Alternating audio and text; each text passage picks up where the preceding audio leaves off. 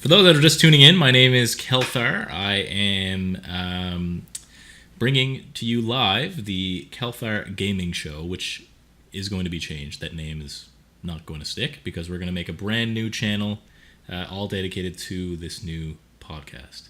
The show is essentially about having a wide variety of guests on with a wide variety of backgrounds in gaming specifically. And we're going to talk about different gaming topics. Overall, many of them controversial. For example, one week we are going to be talking about cheating in gaming.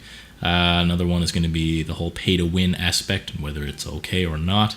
Another one specifically could talk about achievements. Are they good for gaming? Are they bad? Different examples like that. But overall, today we're going to be talking about something a little different. But before I get to actually what the crux of the show will be about, let me introduce the one and only Trelard, who is right here. Say hello, Trelard. Hello, Trelard. Very funny. My own history in gaming goes way back. I know that amongst our group of friends, I'm pretty much the old guy. My own history of gaming goes the whole way back to the early 1980s. So I've seen a lot of changes, a lot of good things happen, a lot of bad things happening with gaming. So it's generally where I'll be coming from. Hopefully it'll make the learning the history of gaming a bit more interesting for some of us out there. So that's right. It's a good point. Yes, because Willie, as I said, the wide variety of backgrounds. Willie has a very diverse one growing up in the 80s, where your first system was what? The Atari 2600? 2600. Oh, yeah. 2600, yeah. So my first system was the Sega Genesis, 96, I think. So yeah, so I don't go as far back as you, so you have a lot more experience. So it's great to have you on the show. Thank you for joining today. You're very welcome. If you don't know me, I've been streaming for a while now, several years, kind of intermittently. Lately, I've been streaming a lot more, but myself and Trelard actually came up with the idea of starting a gaming podcast. So I expect Trelard is going to be here every week, almost every week, if not every week, with me, kind of co-hosting with me. So like I said, I've been streaming for quite a while, and a wide variety of games. I started with NHL games back in the day, and also Diablo 3 back when that game first came out, and that was a ton of fun.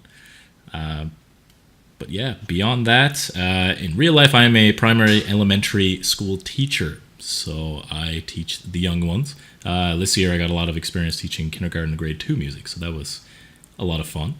A bit wild, but it was a lot of fun.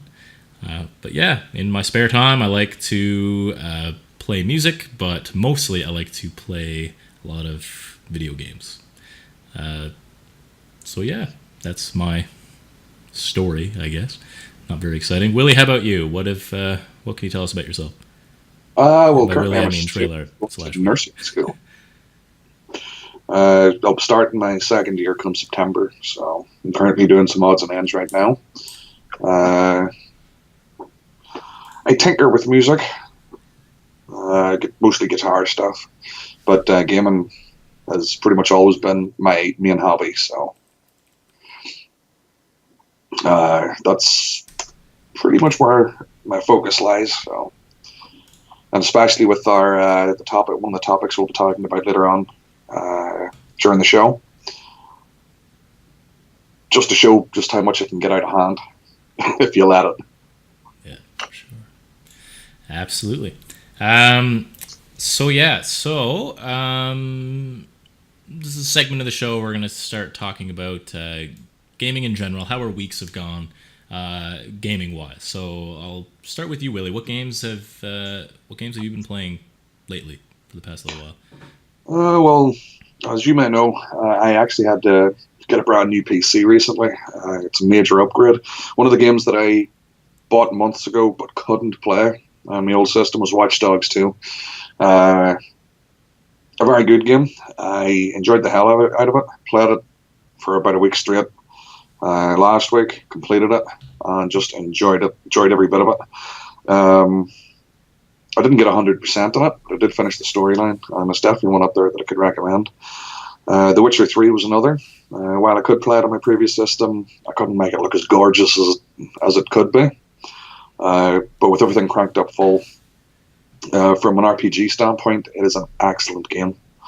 And then, I was going to say, can you tell me a bit more about The Witcher 3? Because it's a game I'm actually considering buying. Well, it's based off of the writings of a Polish writer. The books are slowly but surely being translated into English. I own the first two, I believe. But the story, or the author of the story, allowed CD Projekt, the game developers, carte blanche.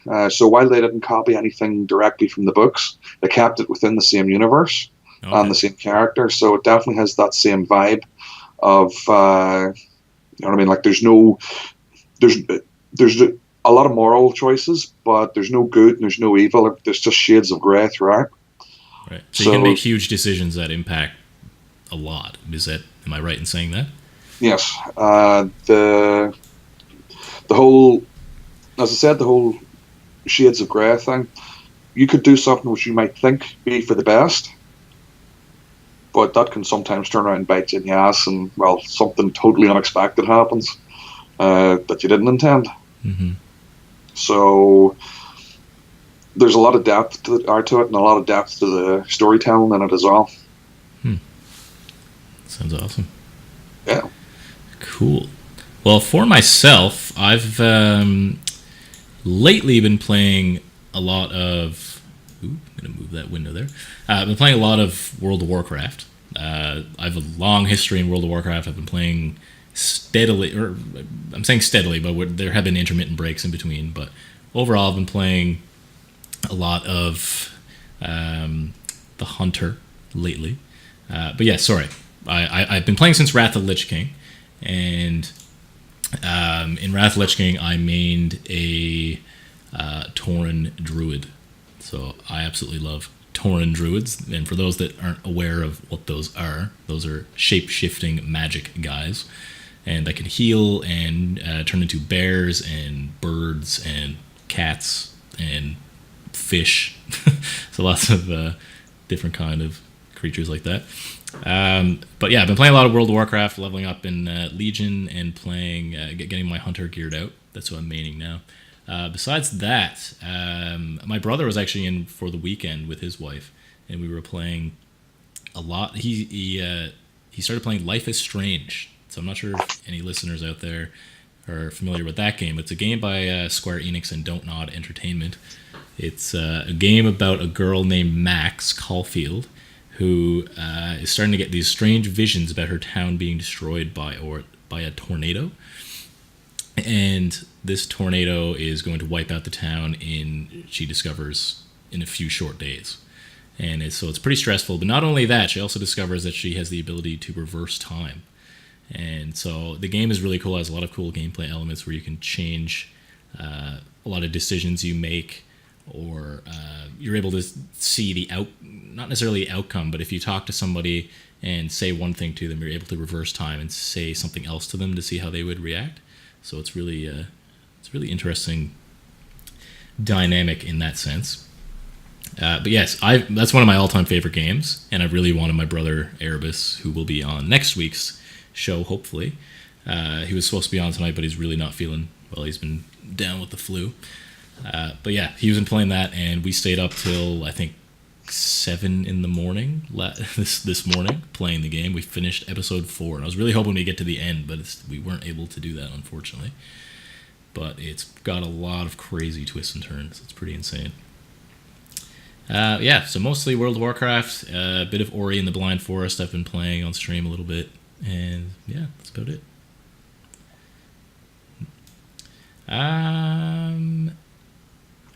Let's see. And I just got to add that I also agree that the Life is Strange is a very, very good game. Yeah, I was going to ask you. I wasn't sure if you've played it or not. You have beaten it, have you? Oh, played it, completed it, seen who the big bad was. Yeah, as well. That's who Mark saw at the end of last night. He saw who the big bad was, and it was Oh yeah, he was pretty blown away. But we were both also very tired, and we went immediately to bed. But still, yeah. but yeah, no, it's such a good game. The prequel comes out end of August, which I'm super excited about. And Life is Strange 2. I can't remember when Life is Strange 2 comes out. There's probably a release date somewhere. I think it's this year though. Is it this year? Maybe it's not. Maybe it's like, yeah, maybe it's not. I'm glad the prequel's coming out. I don't know, but I thought it was this year, but maybe not. I'll have to look into that later. Let's move on. Let's see into the gaming news. Let's see. First thing that comes to mind that seems to be taking a lot of headlines lately is the SNES Classic.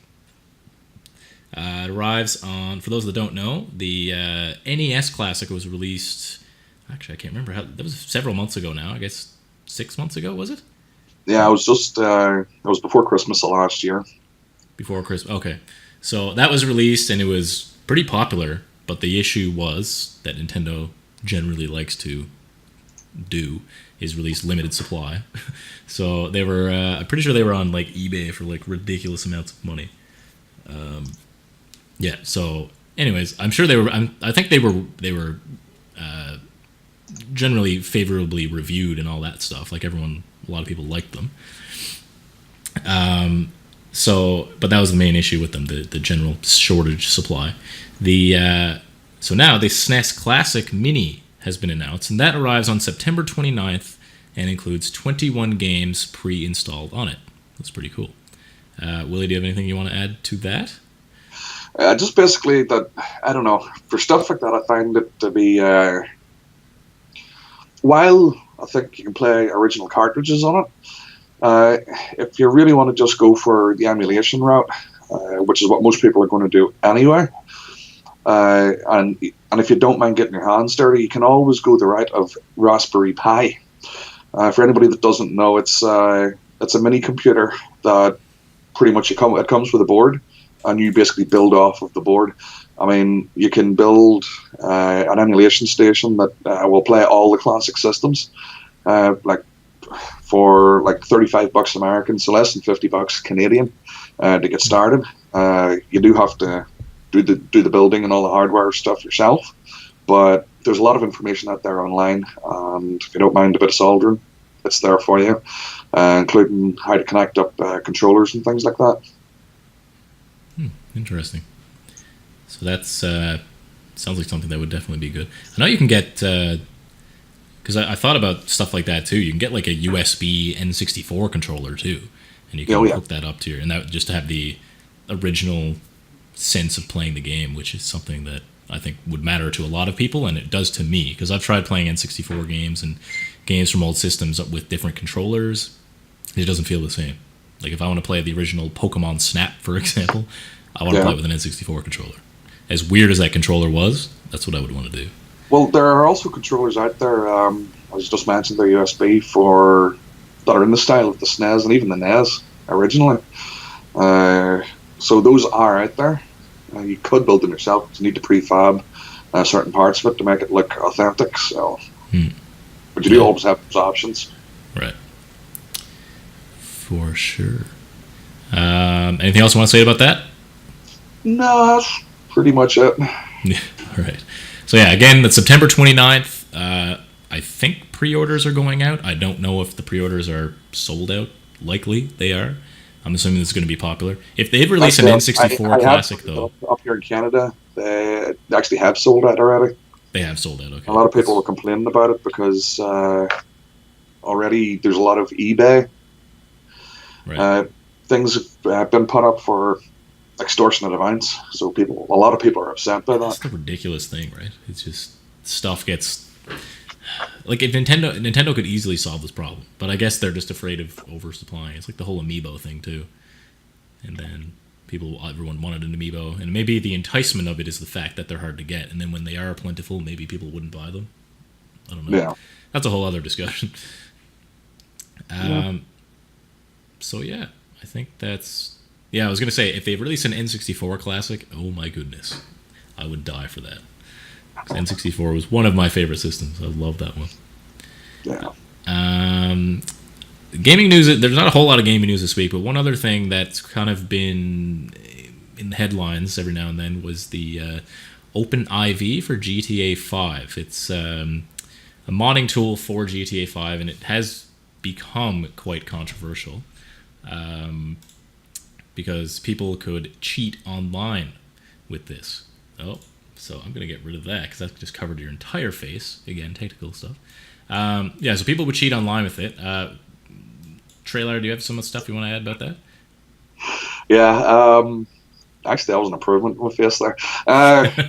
Yeah, OpenIV. It was created, I think they started it back with GTA 4, so that the game itself could be modified. A lot of people use OpenIV now for GTA 5 for creating mini movies that goes above and beyond what you can actually do with the integrated movie maker within Grand Theft Auto 5. As you said, a minority of people were using it to modify the game so they could cheat. OpenIV was never created specifically for that. So you do need to have a bit of know-how on how to alter this. The big thing that occurred because of it is on the Steam store page on PC. Overnight, the game went from overly positive, mostly positive reviews to overwhelmingly negative. I noticed that. Yeah, it was like it's ridiculous, but it's still like one of the top selling games on Steam. It still is. Oh yeah, the idea wasn't to.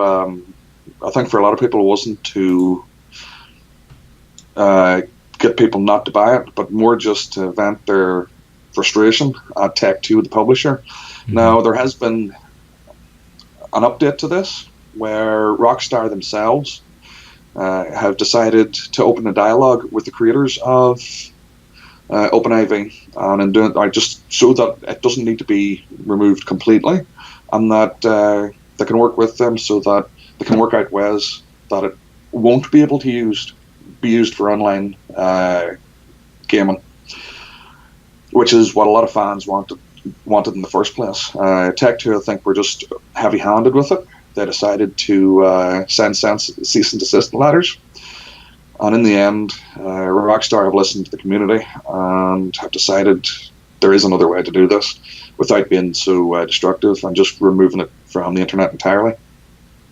Right, and that's honestly a really. Oh my goodness, what just happened? I pressed the wrong button. I can't wait till this is all seamless. Yeah, okay. I'm going to put your face right over here. There we go. Yeah, sorry about that. Anyways, yeah, the main good thing about it is, well, the thing is, if you're going to be modding, having allowable mods online is a huge issue. Like for a classic example, I remember playing, not really classic, I guess, but Dungeon Siege. When that game first came out, it's kind of like, it's similar to Diablo in a sense, where it's an action RPG and you go around getting loot and your top 10 view, click around, do ability, stuff like that.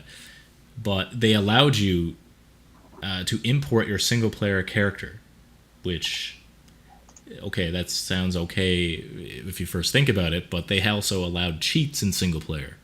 So if you allow cheats in single player and you hack your character and then bring him into multiplayer, well, that's not entirely fair. So I would work my butt off trying to level my guy up, get all this gear, and people would just come in with the max gear, max everything, and it would just ruin the entire fun aspect of the game. Like, it was brutal. Well, believe it or not, Blizzard actually did the same thing with the first Diablo. They allowed for modifications, cheats just straight up, without any cheat detection at all in the game. So you'd get in and, well, seems like a bit of an issue. Would be killing you in town where you're supposed to be safe. So, yeah, that upset a lot of people. It killed off any real multiplayer community, which they didn't actually get back until Diablo 2 was released. Right. Yeah. An issue with Dungeon Siege, too, is the fact that they allowed... it might have been a hack, I don't know, but there were servers they had where you could go into the server and every time you'd hit an enemy, you would gain like 50 levels. Like, just hit an enemy. It was ridiculous. So I don't know if that was a hack. I don't know if that was an actual custom mutator you can add on the game or whatever, but it ruins the game. But again, cheating is a whole separate discussion we'll get to another week. But yeah.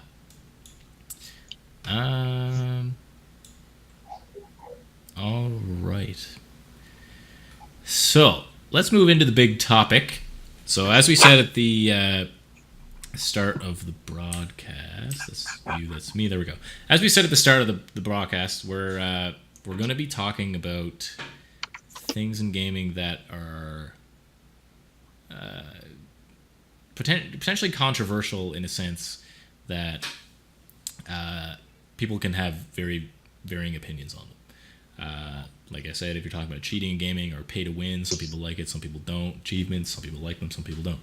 The one this week is going to be a little different. It's a bit less heavy-handed than those ones. We're actually going to be talking about our backlogs. And it's not exactly controversial in a sense, but it's controversial in the sense that many of us have very, very massive backlogs that we say we're going to get through, and we never do. So, like, it's literally impossible. Like, if you go to howlongtobeat.com, it could take years to beat your backlog. And Willie, Trelard, I should say, how big is your backlog, if you don't mind me asking?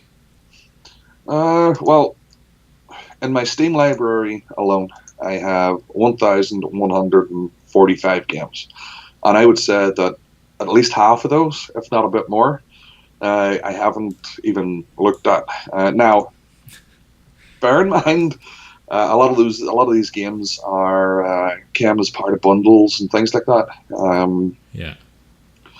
So I mean, yeah, I've just given up on the fact that I'm going to play and complete all of them. Mm-hmm. But I'm going to have a good go at just to see what I can get through. But out of those, I'd say maybe 45 to 50% of the games on the Steam collection I have played to completion. Really? Okay, I was going to ask how many generally you've played. Like, how many? Or maybe I should say, how many do you have untouched completely? If you know offhand. That I'm not sure if I would need to actually go through it, but I would say there'd be quite a few of those in there. You have to remember, though, I do have a lot of games, but I've also been. This Steam account that I'm using has been active since 2004. Wow. Or 2000. 13 years, yeah. Something like that. It's quite a long time. Because this was I set up this account before Half-Life 2 was released, which is the main reason why most people actually got Steam installed. Yeah, because I think when Steam first came out, it was actually like crap, wasn't it? Like it was really buggy, and a lot of people didn't want to make the change. It wasn't that. It was before Half-Life 2. It wasn't a front end for a store. It was basically for their multiplayer servers, right. For Valve themselves. Like, I mean, it was huge for the original Counter-Strike. So whenever it was released, that's what a lot of people used. Then Half-Life 2 came along, and Valve realized that whatever contract they had signed with, I believe it was Vivendi, there was no provision for digital sales. So Valve did the smart business move and decided, well, we'll just publish it online ourselves. Vivendi can have the brick and mortar retail. We'll have online. Huge lawsuit ensued, and eventually, Valve won. They added a few other games, so on and so forth, and I have got the multi-billion-dollar business that they have today. Oh, well, yeah. I mean, yeah, the amount of money they must be rolling in is absolutely ludicrous. But I was going to ask too. The backlog doesn't just include Steam, and for those, if anyone for some reason isn't quite sure what a backlog is, we're talking about games that are in your overall library. So they could be games that are you have stuffed in your closet on your Nintendo Wii U, or maybe you have it on your Xbox, or maybe computer games on Steam that are stashed in your library. Hundreds and hundreds of games. Like Willie, as Trelard said, he has how many? 1,140 something. Yeah, so, around there. A lot of games in his library. That's just the games in his library, and a large percentage of those he has not beaten yet. So, do you have games on Xbox and PlayStation as well that you need to get through? I do. Although on those systems, it's mostly just the monthly freebies. On, of course, Xbox, you've got the games with gold that they Yes, go which out gives you free each month. three games a month, right? Yeah, uh, 3 or 4. But now they've made it even worse by adding the compatibility to the Xbox 360. So Right. we now have those games to contend with. And then when the Uh, original Xbox, that's- or when because the Xbox One is going to add compatibility to the original Xbox as yeah, well. So that's, and then hopefully they're going to add some Xbox games with gold with that too. that would be a really good way forward. With the PS4, same thing with PlayStation Plus subscription. Every month they give away free games. Generally, though, this generation, Xbox, Microsoft is just cleaning house with them, just with the Mhm. quality of the games that they're giving away for free. Yeah, for sure. Um, I wanted to ask too, why do our backlogs get so massive? Why own 1,100 games? Like I don't know. I have a fair number of games, and I've gone through them and sorted a few of them, which we'll get to later on how I did that. But I probably have maybe 60. I don't even know if it's that many. Maybe 60 games that I need to get through. Whereas you own over 1,100 games. So how do you Yeah. get to the point? Why? How does it get to be that big in the first place? Uh, Time, I think, is the big one. As I said, this I've had this account for so many years now.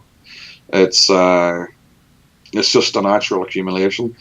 But we also one that's also sales as well. I mean, right now Steam has a summer sale going on, and of course now I think I've bought maybe 2 or 3 things off of it, which I'm promised that I'll get to eventually.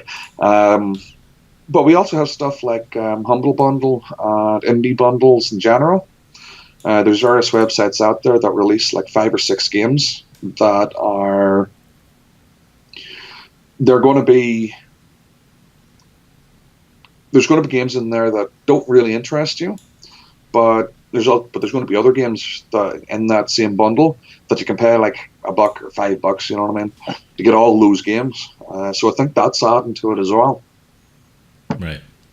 It's true. I mean, some of the sales like are 90% off. Like I remember I just bought what was it? The Vanishing of Ethan Carter, which is a game that sounds really interesting, which I've never played and I've read a bunch about it. But normally it's like $21 and it's like $3.20 or something. I'm like, Well, how can you pass that up? exactly, and that's a really good game actually. I've played and completed that one. Yeah. So Yeah, I can't wait to play it. Actually, looking forward to it. Yeah, so that's a good point. The Steam sales happen, and because of that, you see a deal that's way too good to pass up. And if something is too good to pass up, even if you don't plan to play it ever, some people just like to collect games, which I'm assuming you're kind of in that boat. yeah, See, if it was physical stuff, like I've always been someone who prefers to collect physical games, like discs and stuff. I love having discs until my Xbox stopped reading discs, of course. That's a whole nother story. But yeah, no, I really enjoy collecting physical stuff. But I don't mind having a collection of Steam games as well, and you can install whenever you want and play, and it's much more convenient as well.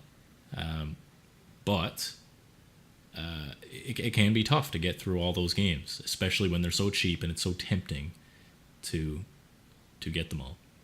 well, that's the thing. I mean, some of those deals that are really too good to be true. Like, I mean, there's games on Steam right now for like 50 cents or less, Yeah, and those are the type of things that you look at them and go, well, I'm not sure about it, but for like 50 cents, I mean, I might get bored enough someday to actually play it. So yeah, exactly. Like it's if there was a game like 20 cents for Barbie's Ocean Discovery, like if you're so inclined, yeah, I mean if it's 20 cents, why not buy it, yeah, right? You might never play it ever, but it's Barbie's Ocean Discovery for 20 cents. I mean, yeah, you could buy 5 copies for your friends for $1. Like, yeah. but Just break a buck, you know what I mean? exactly.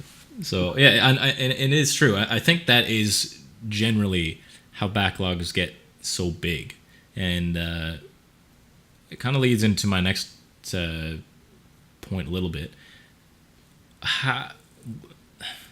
Like, I find that I get bored of games easily. Not always. It depends on the game. Like, Life is Strange, I was hooked from the start to the end. Like, there aren't many games that do that for me. Like, I find after an hour into a game, I'm kind of thinking about other games. Like, and then I'm like, no, I need to force myself. I need to keep playing this game. And then when I force myself to keep playing a game, it loses the fun almost.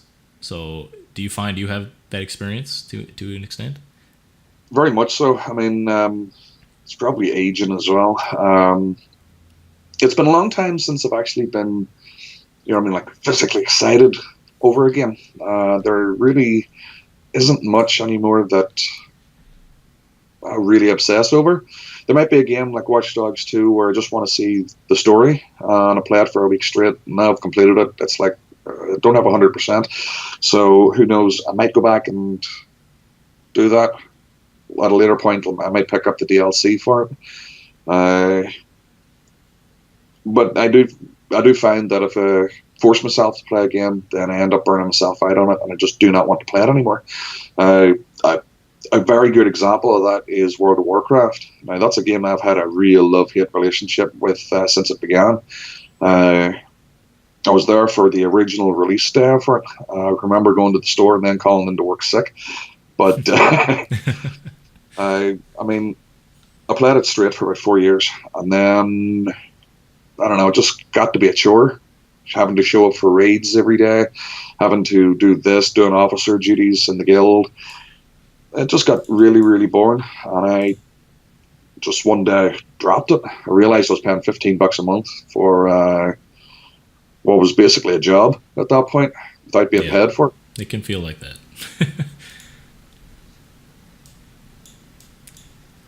What is going on now? Sorry about that. Yeah, no, that's a good point. Like, I find it's the same with me. If I'm forcing myself to play a game, maybe I want to get 100%, maybe I some kind of trophy or something I'm trying to get in the game that isn't particularly fun to get. And WoW is a good example of that. For those that do play World of Warcraft, you might have a quest to go kill. If you kill 1,000 critters or something, you might get a cool mount or something. There's no way that would be fun at all. Like, the fun of it is the end reward, not the actual process, and that can get old after a while. And like Trelard says, like, after 4 years of that stuff, it can kind of get burned out from it, and it can feel like a job, as he stated very well. But yeah, I find lately, for me, not as bad lately actually, but it has happened to me in the past, where I find that I'm playing a game and I'm having fun for a while, but then I keep thinking or feeling like I have to play another game. So it's really bad with MMOs, because if I try and play a single player game, like Ori and the Blind Forest, for example. This happened to me the other day. I'm playing Ori and the Blind Forest. I'm like, oh, I should be playing World of Warcraft. I need to get this next piece of gear. I need to complete these quests so I can move on to this thing, whatever. And MMOs can kind of ruin that, and multiplayer games especially. You keep playing, because the problem with multiplayer games too is they don't end. There's no end in sight. If you play Call of Duty and you want to prestige 10 times, I mean, that takes hundreds and hundreds of, like, you can't end that. But with a single player game, as soon as you see the credits roll, it's essentially over, but you can always go back and 100% and stuff like that. But do you find that as well? Like, do you find that with MMOs and multiplayer games kind of take away from other single player games for you? Not really, because at this point, I will admit there was a time whenever I felt it was my duty to log in with other members of the guild and stuff like that, to go raiding and stuff. But not as, I don't know, I think I'm just old enough to realize that, well, this is a hobby for me, and for it to be a hobby, it has to be something you enjoy. And if you do something that's going to kill that for you, I don't really see the point of it. So I have absolutely no issues dropping a game quite quickly if I'm becoming burnt out by it. There's been a few games. A good example was one called Dark. It was about vampires. Um, it looked decent and still does, but at the time I just really didn't want to. It just didn't wasn't my type of game right then and there. But recently I played Vampire the Masquerade Bloodlines and loved the hell out of it. So I figured, you know what, I'll try this again. I've actually just reinstalled it there over the weekend. Looked at it for about 2 minutes, and well, haven't really done anything with it yet. But it's on there, and I do intend to get through the storyline for it at the very least. Cool. I was going to ask about that too. Like, what about games we don't particularly enjoy? Like, if you spend money on a game, do you kind of feel obligated that you should finish it, in a sense? Like, how do you get around that? Because I find I have an issue with that, personally. Not really. And the big thing about that is now that Steam has a new policy of you can buy a game, and either within the first 14 days or 2 hours played time, whichever comes first, you can get a full refund from Steam, no questions asked. Mm-hmm. So, I mean, people are using this system as a way to test games out, like demos, sort of. Mm-hmm. Some people are saying, oh, well, that's not good for the gaming industry. I believe that if they actually released demos out there, people wouldn't need to do that. I would indeed have a fair idea of what a game's like before they actually put down any money on it whatsoever. Mm-hmm. That's a good point. Yeah, I think it's nothing but good. In fact, if companies release a very solid first hour of a game, then I think that makes people way more inclined to pick up the game, and also it kind of holds them accountable as well. And then, yeah. But then I guess other people could say, oh, maybe they're putting all the best content in the first hour of the game, and then the rest is crap. But well, you just have to look, if you look a bit older than that, the whole shareware model, which is what Doom and Wolfenstein 3D was released on. They released the full first episode for free. If you wanted to play the rest, you basically sent them some money, and they sent you some discs back. And that was it. It was, you got a good portion of the game. And if you wanted to play more, you basically paid for it, which is the way demos work anyway. So yeah, it's a good idea. Yeah, I've noticed that on Steam as well, and I believe I know Life is Strange is the first episode is free right now, which is excellent. And when you beat the first episode, like you can't just stop there. Like for me, I was hooked way before the first episode was even over. So like I would have to. I already bought the full game outright anyway because I knew I was going to like it. But that's a good way, and I think Hitman did the same thing, didn't it? They did. They went the episodic route, and they have released the very first mission free, essentially. The thing about this is one mission might not sound like a lot, but there's so many ways to complete the missions. You could, Hitman, in case anybody doesn't know, is about, well, an assassin. You can either be as quiet or as loud as you want on it. So, quite literally, either using a garrote or a silenced pistol, or, as what I did, just for a bit of spice, set off an explosive, which basically wasn't a very good idea because it alerted all the guards around me, and, well, I didn't last very long. But those options are there, and there are ways to actually do it loud and get away with it. You just need a bit of foresight and planning to do it.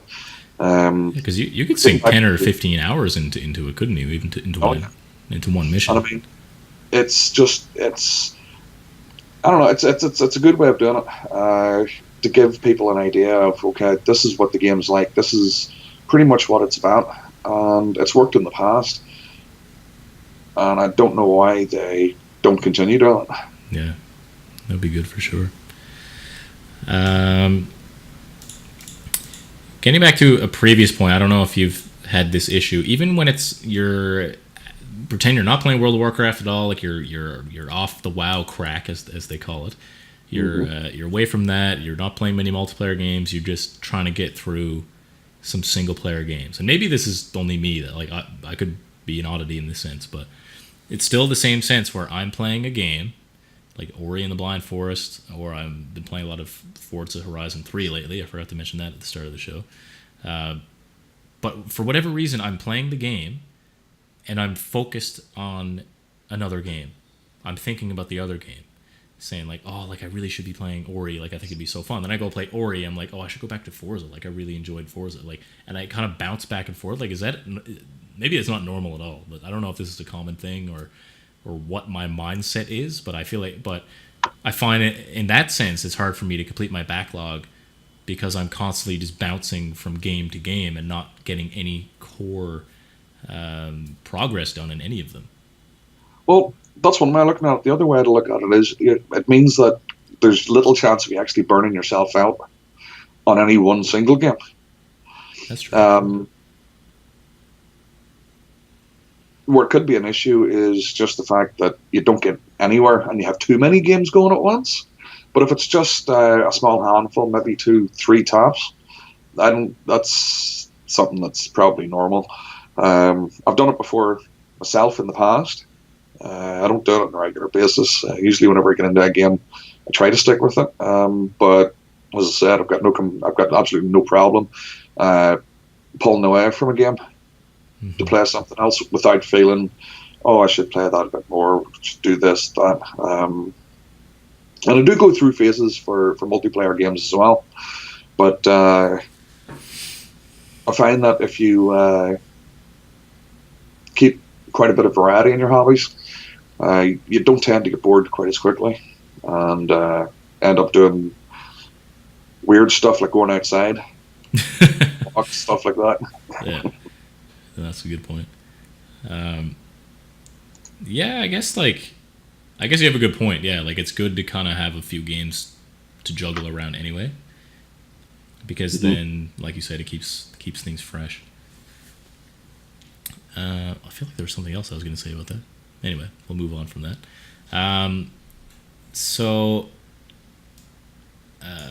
Yes, the solution for your backlog catastrophe, the backlog crisis. How do we get around this backlog crisis? So, Willie, do you have any solutions for that? Either creating a database for yourself. In my case, that would be unwieldy, but even an Excel database just for games you've completed and games you haven't completed. There are websites out there you can use for that.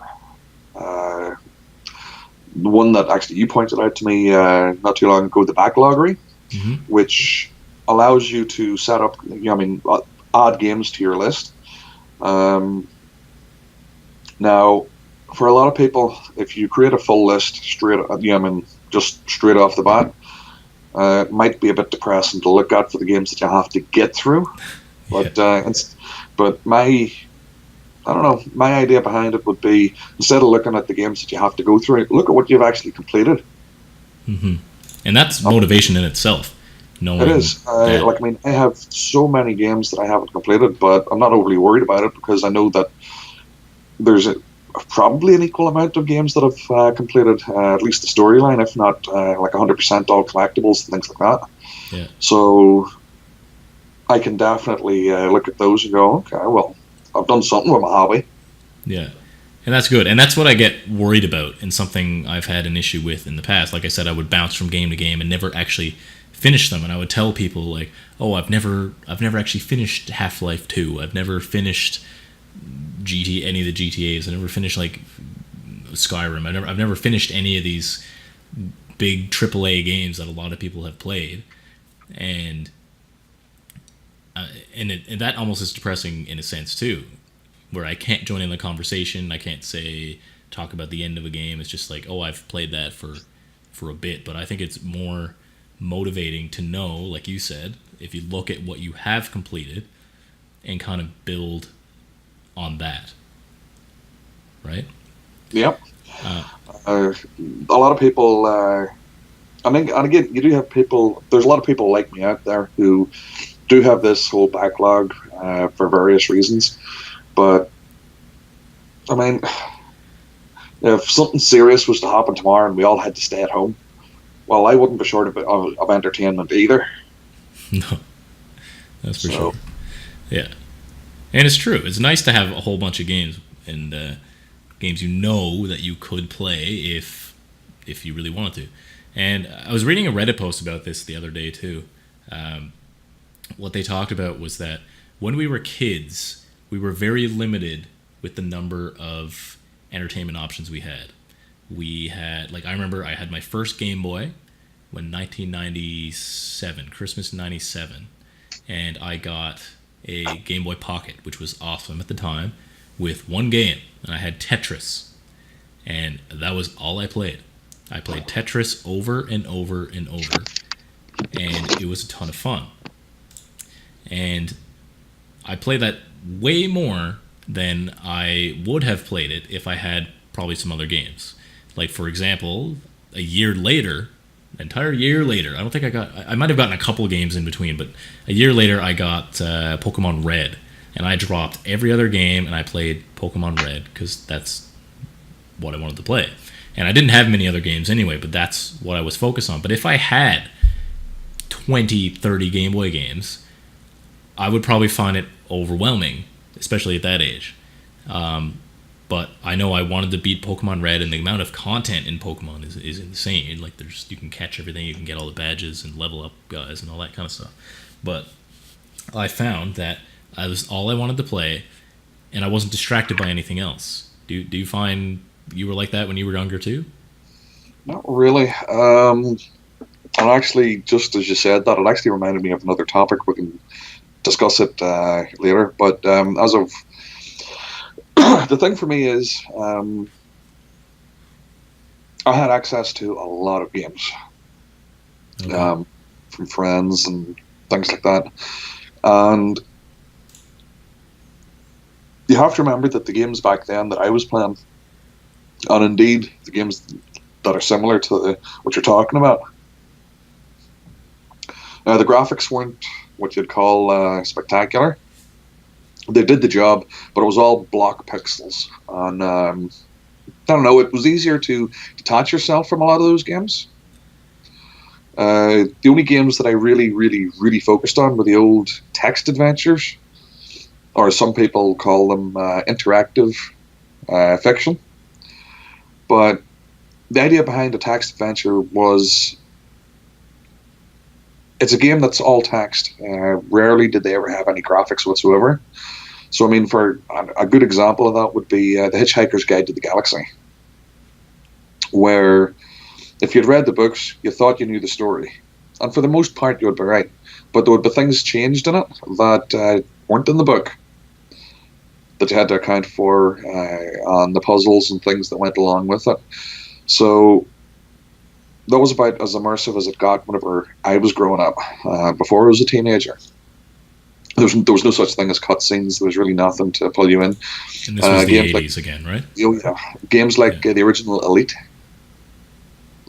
where it was completely single player. It's not like it is now, where we have Elite Dangerous and we have like the big mad worlds and universes. Oh, yeah. You know what I mean? That we can travel. This was very much line graphics. And it was somewhat engrossing, but definitely wasn't there. So being able to disengage yourself from various games was far easier to do back then than it would be for a kid these days, where everything's all shiny and flashy and is designed to pull them in. Right. Yeah, so it was a different gaming atmosphere entirely. Just the goal of games was different. Because, I mean, there was like Pac-Man back then, and you can play Pac-Man, but you could put it down, I would think. Yeah. And but yeah, it wasn't really designed to be played for 20 hours straight, the same way World of Warcraft is, or something like that. No. Storylines were quite thin on the grind, so they were. Yeah. I mean, Pac-Man, it's just some pizza shit dude, you know what I mean, eating pills. Yeah. That's basically it. Yeah. Now, that's not to say that if you ever went to an actual gaming arcade, that you wouldn't have fun, you know what I mean, maybe for half an hour, just throwing in. My case would have been 10 pence pieces. Over here, I don't know, was it quarters back then? Yeah, I guess so. I mean, just being able to throw those in. I didn't complete too many games at the arcade though. I think there's one I remember only because I was actually with somebody and I did a co-op game. It was one called Golden Axe. Yes, I've heard of that game. That's on the NES too, I think. Yeah, it was on the Mega Drive or Genesis, or I don't know what it was called over here. But yeah, we played that, and I remember completing that, but I don't remember completing too many. Back then, we played games for just for the fun of it. Yeah. They And didn't that's what have we to got to be great. remember. Yeah. That's what gaming is all about. That's what we got to remember, that it's not a job. It's not a. It shouldn't feel like a chore to get through it. Like when I was playing again, I keep coming back to Life is Strange just because I love it so much. But rewatching my brother play it last night, it was amazing. Like I didn't feel like I was like, oh, I can't wait to get through this so I can get to the next game, or when I was playing it the first time, I wasn't like, oh, I can't wait till this is over so I can check it off on my list and say it's done. Like I was enjoying the full experience, almost like kind of like when I'm watching movies. Like if I'm watching a movie, I'm never like, oh, I can't wait to get to the next movie. Like I don't know why I treat games differently, but I guess just because there's so many games, and that's the problem. But yeah, but going back to like you said, having a database and setting up Excel and stuff like that, I think that's a really really good point.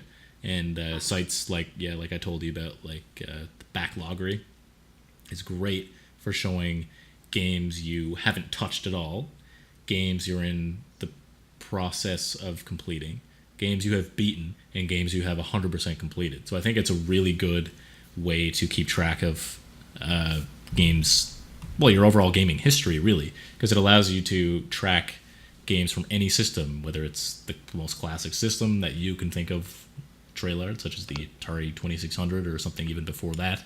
If there's games that you actually own that you haven't completed, you could track that from that system, or up to anything on Steam that you have currently. It's a really good way to keep track of all that stuff, and I find it is very motivating to play 2 or 3 games at a time, like you said, juggle a few so you don't get too bored, and go through each one. And as soon as it's done, check it off, go to the next one, and then you can see an overall graph of games you've completed, games you haven't, and it's really, really motivating to see that. It keeps you continued to chug away through all of them. And not only that, but you also have the data that you can pull from that of, you know what I mean, like, is there any genre of game that you've completed more than any other? You know what I mean? You could take a look at that and also ask, well, why? You know what I mean? Like, you could really pull some interesting data from it. Yeah, that's a good point. And after beating Life is Strange, I decided to play a lot of the games that were suggested were games similar to that, like Firewatch. I don't know if have you played that one? I'm not sure. I think I own it on GOG, but I need to go back and check. Yeah. Again, I think I picked it up during a sale. So again, another one Willie saw. It was too good to pass up. Bam, purchase, never see it again. Like, yeah. It's such a common, I don't know if issue. Well, I guess it is an issue, because if people aren't playing the games, then what's the point of buying them? But well, on the other hand, you are. Whenever I buy a game, I'm buying an idea, and if it is a game I love, then awesome. I'll just give the developer money for it. That's true. That's the way I look at it. Even if it was deeply discounted, they're still getting or seeing something from it. Mm-hmm. Yeah, that's a good point. It's good to support, especially the indie companies, for sure. Yeah. Yeah. What was I saying about Firewatch? Why did I bring that up? Oh yeah, basically because you were saying like it's a good way to see what other genres there are based on the games you have actually completed. And I know, based on Life is Strange, that those type of not point and click adventures, but more narrative first person, not even first person, just narrative adventure games that are heavily story driven. I have discovered that I really, really like those, and that's why I bought Vanishing of Ethan Carter, because I think it's kind of in the same. It is very much so. Same ballpark as that, right? So that's why I bought that, and that's a game I know when I start playing it, I'm not going to be like, oh, I'm an hour in, I feel like I need to be playing something else. Like I know I'm going to be fully engaged with that game, and I can't wait to play it. I'm actually excited to play it. Yeah, there's some interesting mechanics. Different from Life is Strange, but similar in the sense that it's using mechanics that aren't what you'd normally find in games. Oh, and I think, and for me, that's what added to the game, just simply because of the fact that I was doing things in a new way. Right. That's awesome. So yeah, can't wait to play that for sure. So yeah, listeners, get through your backlogs. it's worth it. Don't just jump game to game and then leave a lot of them trailing in the dust. Do your best to get through them. Like I said, both Trelard and I are guilty of having a pretty large backlog. Now, his is way higher than mine.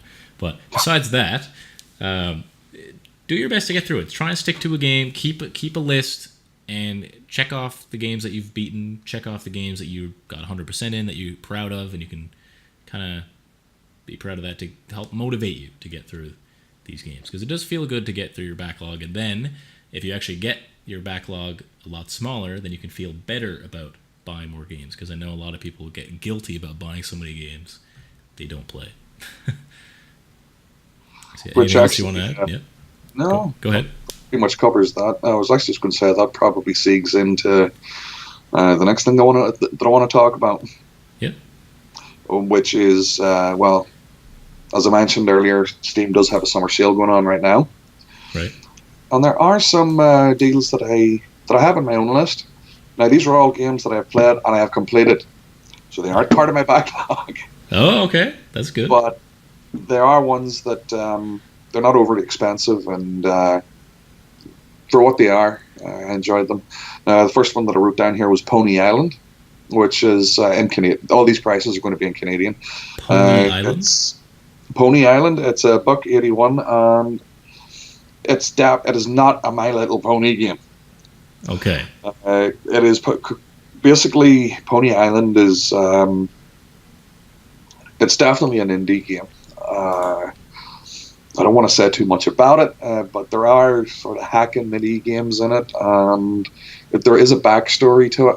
It's a very simplistic looking game, but it's not quite as simple as it first appears. And as I said, for $1.81, you really can't go too far wrong with that. I played it, completed it, loved it. Second game that I have on here, if you like mindless shooters, which occasionally I do. Not usually multiplayer, but just to blast things. Serious Sam 3 BFE, which is $4.39. You could probably get a good few hours out of that one anyway. These are Canadian prices, are they? These are all Canadian prices. Canadian. I don't have access to the American ones, so whatever the price is Canadian, it's likely cheaper. It is even cheaper. More cheaper for American, yeah. So I mean, like LA Noire is probably like $5 even, but Such a good game. on Canadian, it's $5.94. Right. Which is another game I would recommend. That's a game I beat too, actually. Yeah, really it's got a great storyline, great graphics. I think the big thing for it was the facial animations. Everybody was just it was revolutionizing for the time, for sure. Oh yeah. Is it 2012 that game came out? 2011? Yeah, actually, somewhere around there. And it has aged pretty well. There's some games from that, you know what I mean, like from 4 years ago that don't look half as good. Yeah. So, another one that I've seen that I was actually playing this evening before I come on here, Alien Isolation. It's $10.99. It's good if you like games with a lot of suspense. A lot of that game is running away from and hiding from, well, the alien. I don't know, it's just a very tense game. It would be a game I would love to try in VR, specifically because of that. Another one, something along the lines of Pony Island, is Stories Untold. Yeah.